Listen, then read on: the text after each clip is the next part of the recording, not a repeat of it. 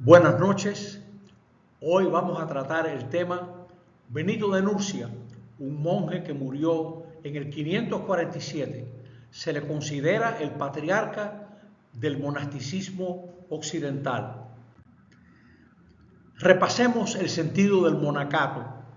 Todo el que creyó en Jesús tuvo que elegir entre el reino y otras propuestas. Es decir, sea el que sea, en todo género de vida, la elección por el reino es radical, establece nuevas prioridades. Hubo hombres y mujeres, como lo pueden leer en el capítulo 8 de Lucas, que siguieron a Jesús e hicieron del seguimiento su estilo de vida. Ellos y ellas aportan la credibilidad del Evangelio, no son la luz, le toca dar testimonio de la luz para que cada cual la descubra.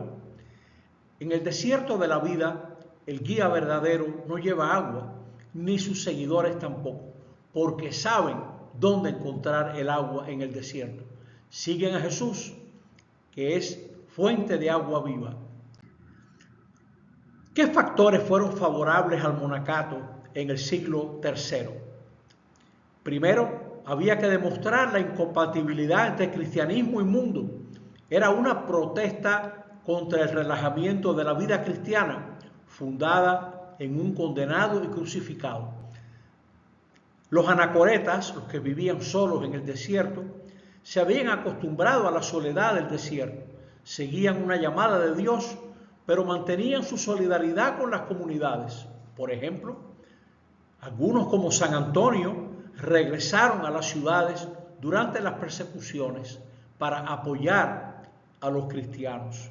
Ellos testimoniaron la cercanía y la validez de lo definitivo. Hasta San Benito, desde temprano en la iglesia, hubo ascetas que continuaban desempeñando su vida civil.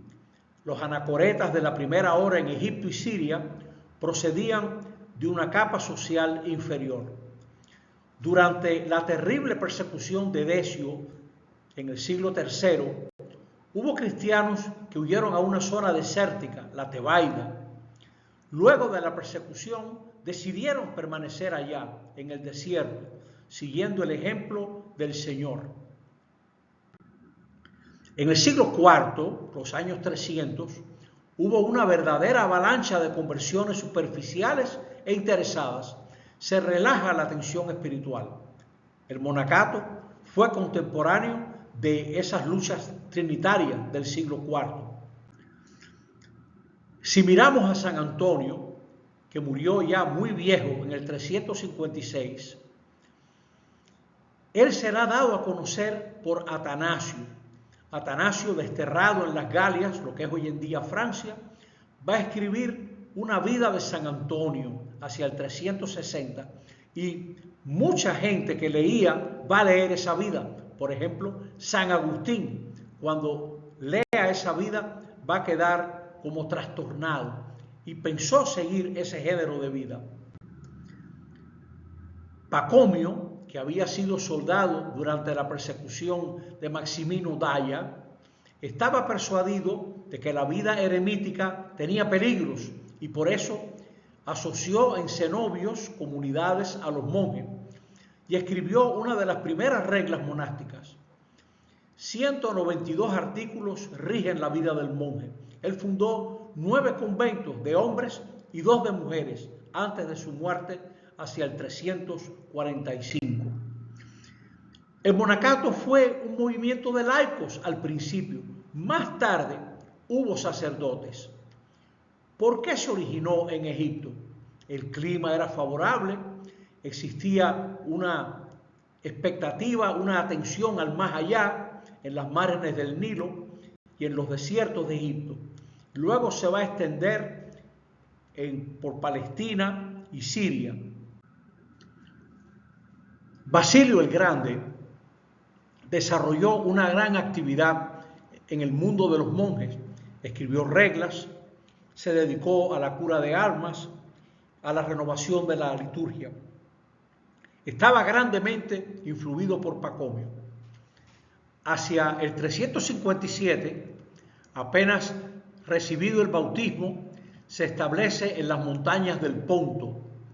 Fue monje durante un periodo de su vida, unos 5 años. Organizó y legisló acerca de la vida monástica. Tuvo un gran impacto. Fue desapareciendo el ideal del monje solo, el anacoreta. Ahora el modelo son los primeros cristianos, esa primera comunidad concebida como el marco normal para el desarrollo de la vida espiritual. No la vida en soledad, sino la vida en comunidad. San Atanasio, exilado en Roma y Tréveris, trajo noticias del monacato. Dio a conocer la vida de San Antonio. Como hemos visto, aquella vida de Antonio atrajo mucho a San Agustín. También San Martín de Tours funda el primer monasterio en Occidente, 2 siglos antes de San Benito.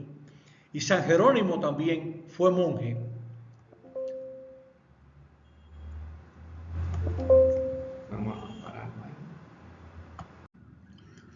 Situemos a San Benito en la gran historia. Había nacido en Nurcia, región de la Umbría en Italia, hacia el 480, es decir, unos 50 años después de la muerte de San Agustín.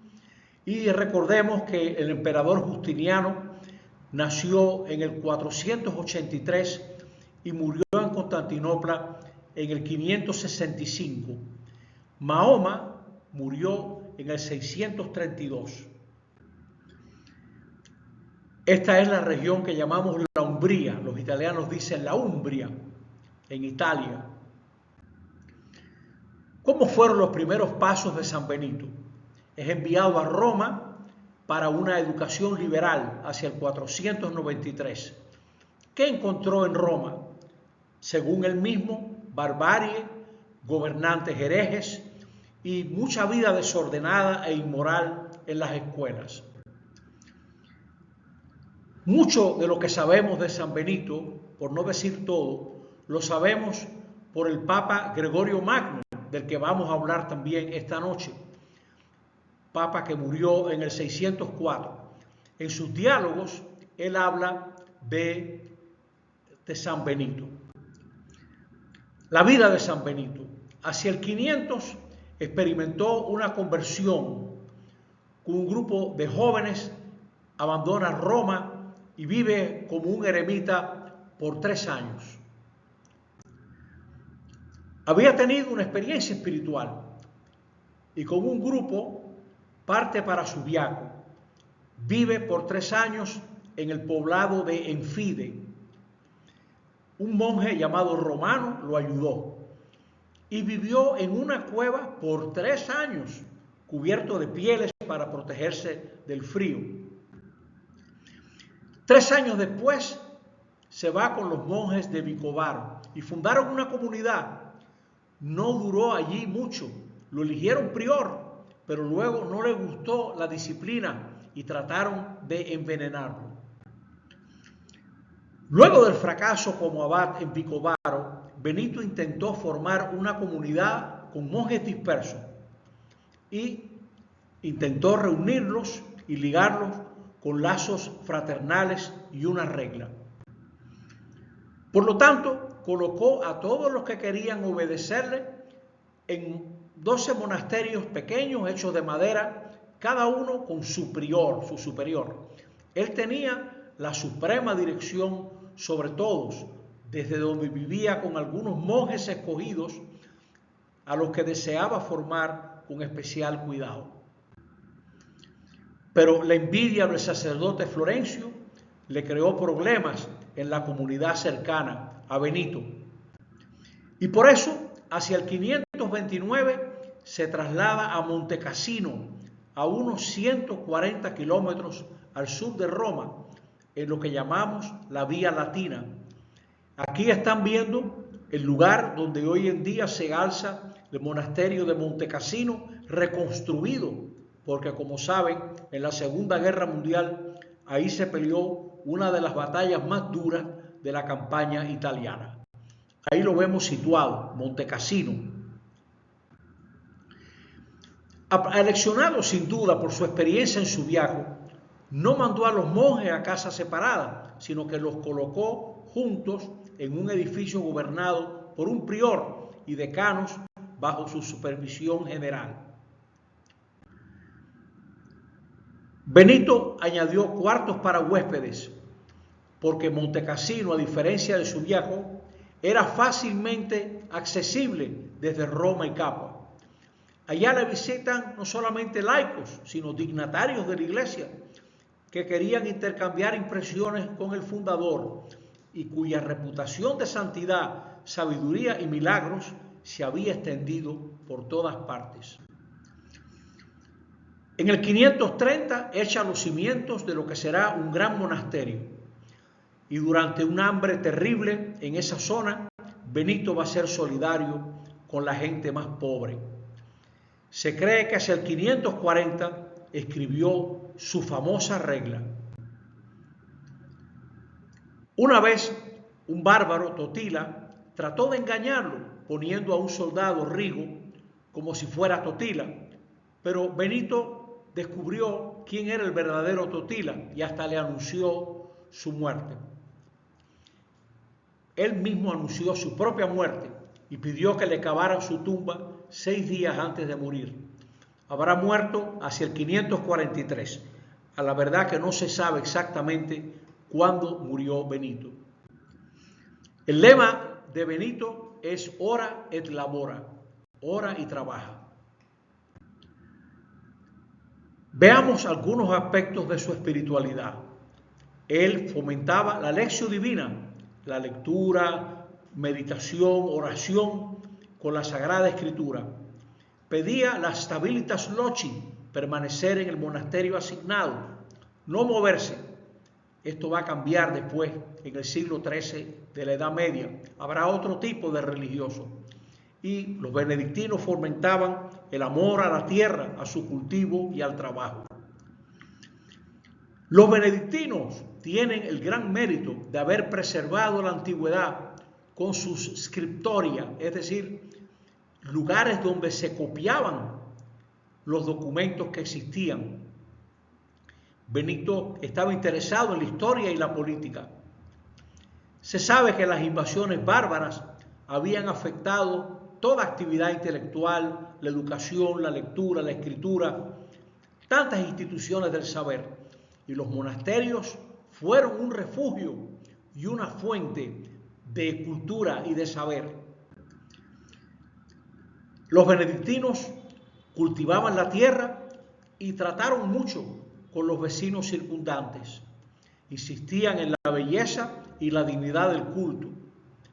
Benito y su regla inspiraron un gran número de familias religiosas hasta el día de hoy. Hacia el 780, en tiempos de Carlomagno, de quien hablaremos también esta noche, Carlomagno va a insistir en que los monasterios de su reino se lleven de la regla de San Benito. Y en el siglo X, en los comienzos del siglo X, bajo el impulso de Cluny, muchos conventos obedecerán a un solo abad y una misma regla.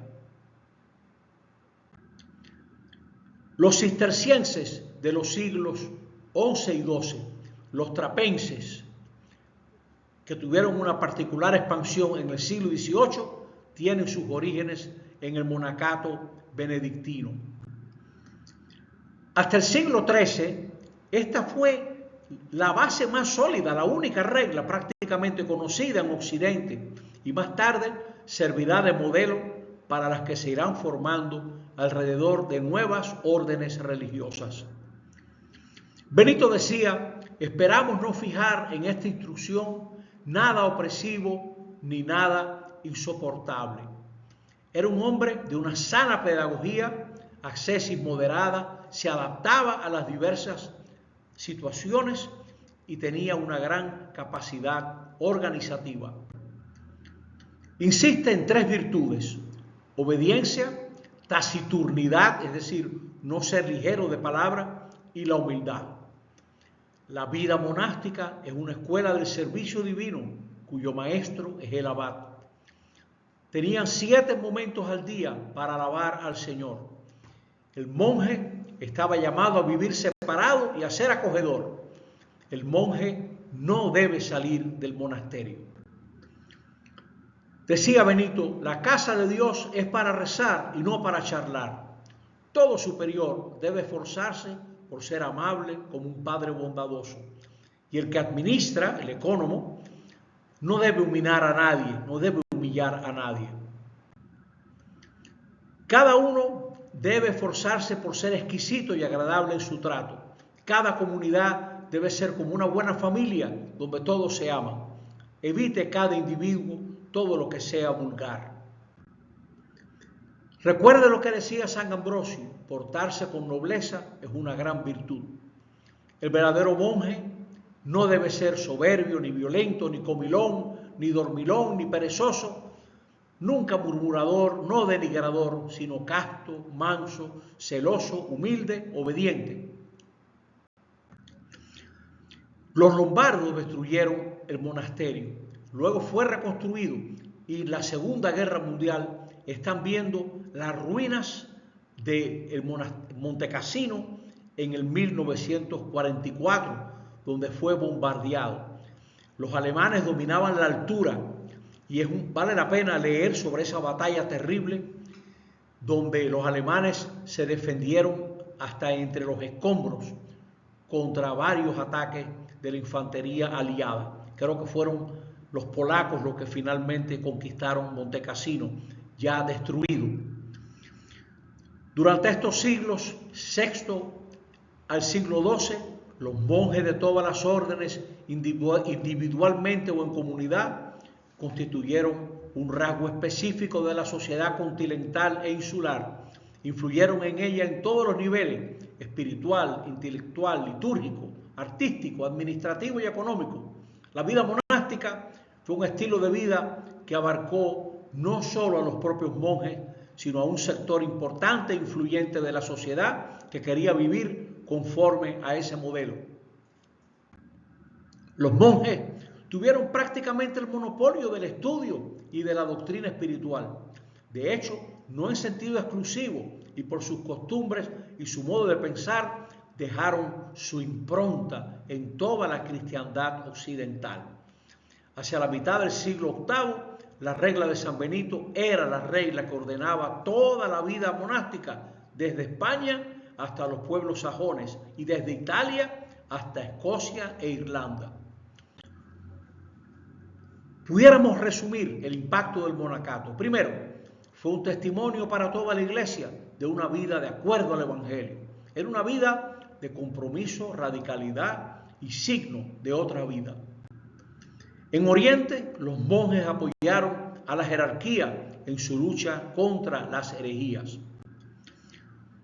Los obispos destacados de la antigüedad de Oriente y Occidente provenían muchas veces de los monasterios. Gregorio el Grande mismo, del que hablaremos muy pronto, fue un monje benedictino. Cuarto, los monjes contribuyeron a la conversión y evangelización de los bárbaros. Los monasterios fueron el refugio de la ciencia y la producción literaria de la antigüedad romana en una época en que la violencia y la barbarie significaron la destrucción de muchos documentos. Ellos, como les se ha dicho, copiaban esos documentos, los intercambiaban, los reunían y hasta negociaban con ellos para granjearse nuevos documentos. A través de la fundación de los monasterios fueron convertidas en tierras productivas zonas que nunca habían sido cultivadas y habían sido abandonadas por las invasiones bárbaras. Muchos pueblos y ciudades deben su existencia a la fundación de monasterios. Hubo también pseudomonjes que engañaban a la gente sencilla con su apariencia de penitencia, charlatanes que exaltaban el poder sobrenatural de reliquias y objetos religiosos con los que engañaban la fe sencilla del pueblo. Sí, señor, eso hay que decirlo también. Finalmente, el ejemplo de San Benito perdura. En 1964, Pablo VI declaró a San Benito patrono principal de Europa.